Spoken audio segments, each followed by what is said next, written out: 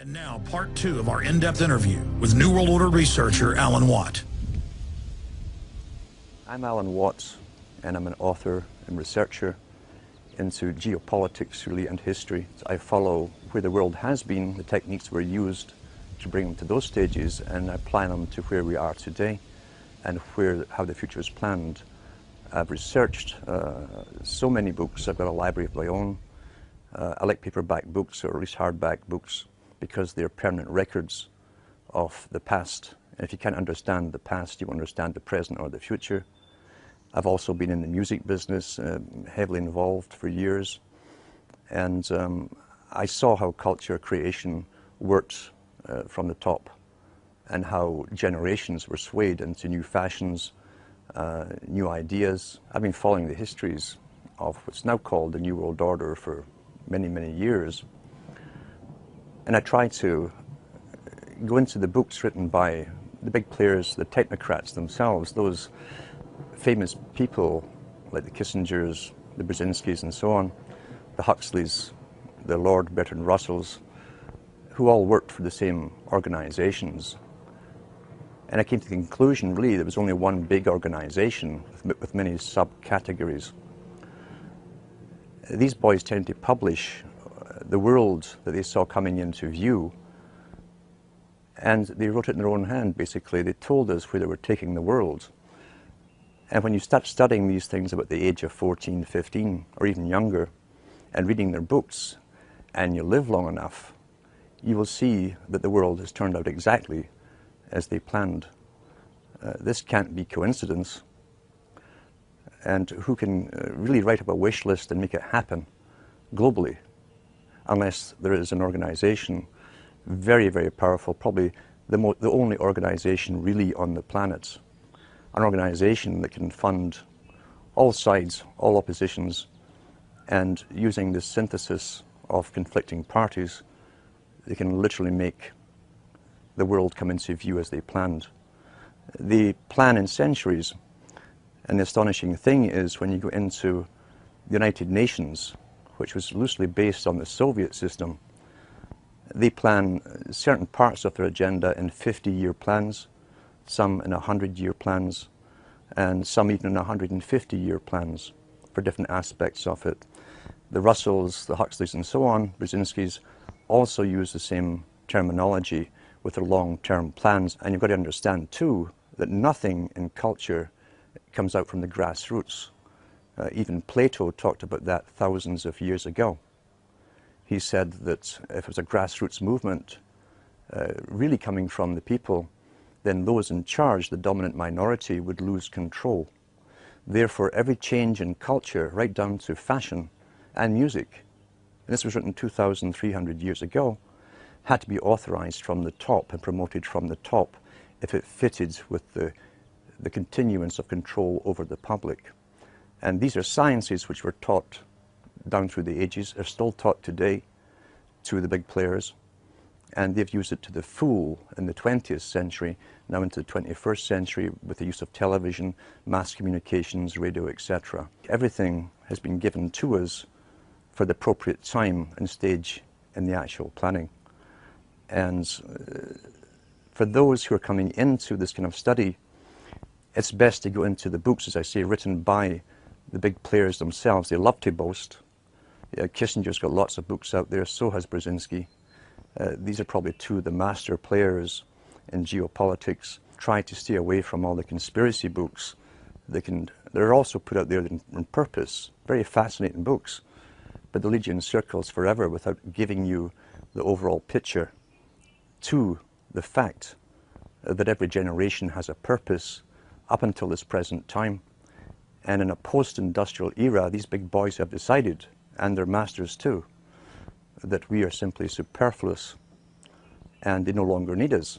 Hence, we have big foundations coming forward and organizations like the Optimum Population Trust who have decided to come out openly and demand that governments start radically reducing the populations. We are now the useless eaters, as Lord Bertrand Russell called us. Our ideas, our opinions on everything, our worldview, even to do with population, and the fake view that we're overpopulated is all projected to us by the mainstream media working in concert for their masters. And we begin to parrot what we hear through repetition, and that's so important, as repetition with slogans and catchphrases. And once you hear it happening in your own local group, your milieu, then you know it's working. And the camera can make anything appear to be true. You'll see that in India, for instance, they always use the same streets of Bombay to make you think that you're massively overcrowded, and that's the impression people think of the entire Indian continent. The Indian continent is huge, with thousands and thousands of miles of forest where no one lives. It's the same in Africa too. China, being the model state for the world, for instance, put into effect the United Nations policy to the extreme with its population reduction and the movement of people off of the rural areas into cities. They started that years ago. Right now, they're in the process of moving 200 million more people off into the major cities, and that's the major newspapers. The cities appear to be crowded because everyone's being moved into them. In the Western world, since the 1950s, again under the term of urban sprawl and stopping urban sprawl, the Western countries also signed agreements to do no more building in the outskirts and of the major cities. All existing buildings have to be used or else knocked down, replaced with even higher ones. But regardless, with the immigration and the free flow of people now from third world countries, the Western countries appear to be overcrowded. And yet the UN's own statistics show, and sort of the national census show, that the Europeans, for instance, Canadians and Americans, who have been here for a couple of hundred years, are actually in decline. So the overpopulation problem is simply an image projected by the media as more and more people are crammed into the same cities and they bring more immigrants in to fill them. But I also realized the system of schooling when I was going to school was bogus. The histories were bogus, and I was very, very lucky to have access to very old libraries, town libraries. Some of them had reference books going back into the 1700s, written at the time. When you compared the histories I was being taught in school to the histories that were written at the time, they were completely different. You had a deeper understanding of how geopolitics had been used in the past to even populate the country of Canada. London couldn't get immigrants to go off into the new colonies. What they did for Australia was to create so many laws that you couldn't help but break them, and poverty, and therefore stealing a loaf of bread to feed you or your family would get you deported to Australia with your family. That's how they populated Australia, crime. They created the laws for crime. With Scotland, they had a rebellion, which could have been rigged, and I often think it was, and the whole of Scotland was punished. And they deported millions of the Scots off to the Americas to populate the Americas. This is geopolitics in action. That's how it works. And whole peoples are often moved from their land because the elite masters want them elsewhere to be productive for them, themselves, the masters. When you look at the strategy for the US and Canada, again, long-term strategy, long-term planning, you'll find that the big corporations of their day, the Hudson's Bay companies, the Fraser companies, were given charters to own the land before Canada was Canada or US was the US. They were simply called the Americas. These were private international corporations that had the power of life and death over everyone who lived within their areas. The Queen or the King had a consulate in every country, Lieutenant General or Governor General, they call them. We still have one in Canada today who represents the Queen. They have all the powers over life and death of subjects under that governor. How they stopped rebellion in the past was to give us an idea of what they called democracy. They knew from the Chartist movement in Britain, for instance, and elsewhere, other countries, people were demanding rights for the first time. And so once again, they gave us champions to speak on our behalf. which calmed the people down, thinking for the first time in history, the people were involved in their own destiny creation. And nothing was further from the truth.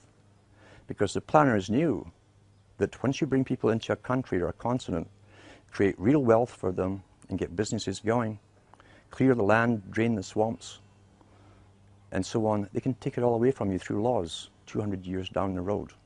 And that's what's happening now. Long-term geopolitics once more.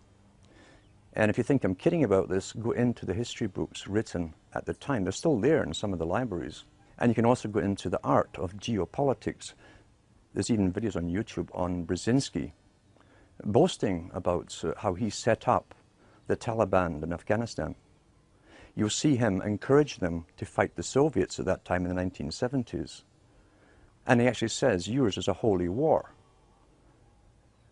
This man, who obviously believes in nothing but himself and his own peer group, is encouraging other people to go and fight a holy war, a jihad. And he uses these terms against the Soviets, knowing full well, once it was set up and it was backed by the CIA, that 10, 15 years down the road, there'd be a problem. And then they'd have to go to war with the very group they'd created to fight the Soviets. That's what's happening today. Long-term strategies. Well, that's how history has always been run.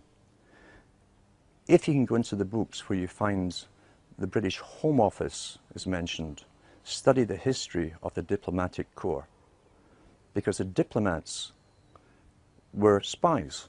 They would go into territories, set up embassies, collect intelligence data for future invasions. Their job was also to try and grab the rights of minerals, gold, silver, etc. across the planet. All natural resources. And find ways, long-term strategy, to either bribe it off the present rulers of those countries or else create an ultimate war with them and simply steal it under the guise of occupation. We're living through a stage today, as I say, where this is all coming to a culmination. This is the post-industrial era. We're post-technical almost in the West. It's all done in other countries, all the technical stuff.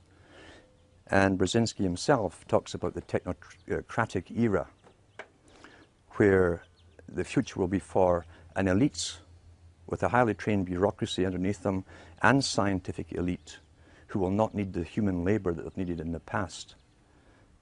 Human labor that is excessive and is unemployed and is hungry is now a threat to that established elite. So now they're doing something which they can only do to the human species. They don't need to do this with animals. With animals, just go out and hunt them and kill them. We are the only species that has to be convinced to allow ourselves, for the good of all, to be sterilized and bring down the population through abortion on one end and euthanasia on the other, under the guise to save the planet. And unfortunately, with the massive propaganda campaigns that are all over media, in every country at the same time, with all the big foundations backing them with unlimited financing. Remember, the foundations are owned by the international bankers themselves. Then they can pull all of this off, and unfortunately it really is working. In kindergarten now, you walk into a kindergarten anywhere in Europe or Americas, and you'll see the rainbow inside every single one of them. You'll see all the terms about the world. Here's the globe, we're all global. And you'll see the greening messages everywhere, everywhere. And how sacrifice will have to be made to save the world and the planet and future generations of society. Sacrifice. You tie that together with the institutions that were comprised of the Fabian Society. It was a member of the Royal Institute for International Affairs. That's one society. The Council on Foreign Relations is also the same thing as the Royal Institute for International Affairs. They are what Thatcher and Professor Carroll Quigley called the parallel government. They have told us what the future is going to be. Some of their members have even written books about the need to cull off massive amounts of the population by any means possible. And so we see this final stage being pushed as they convince us that we are the problem.